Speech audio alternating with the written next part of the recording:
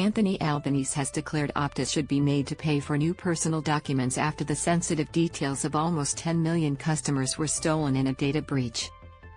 The Prime Minister told Parliament on Wednesday the hack had caused millions of Australians stress and worry, while lashing the coalition for calling on the government to cover the costs of issuing passports. "That's not our approach. We believe that Optus should pay, not taxpayers," he said. Watch the latest news on Channel 7 or stream for free on 7plus. When customers hand over their data to companies in Australia, they expect that it will be kept safe, and this kind of data breach should be an absolute wake-up call to corporate Australia. Albanese said Foreign Minister Penny Wong had written to the telco's chief executive about the matter. Taking up the issue in Parliament, Albanese said the opposition had failed to legislate tougher privacy laws during almost a decade in power. "That is a big difference between us and those opposite somehow attempting to play politics," he said.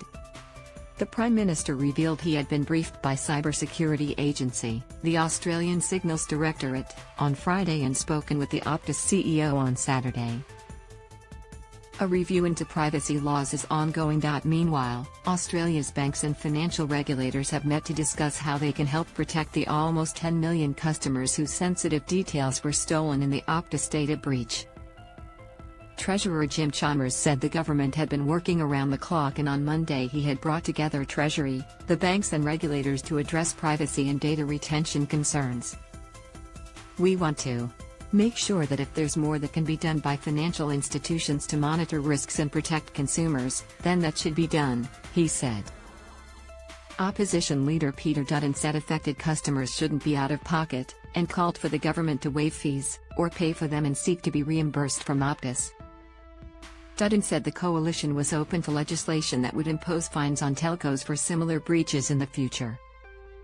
Health Minister Mark Butler said it was deeply unfortunate the government was only notified Medicare details were included in the breach in the last 24 hours. The government is being urged by the coalition to waive the fees for new passports needing to be issued following the breach.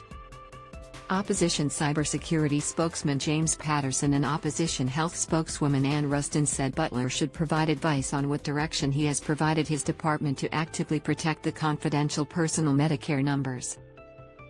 The FBI is joining the Australian Federal Police in probing the alarming incident.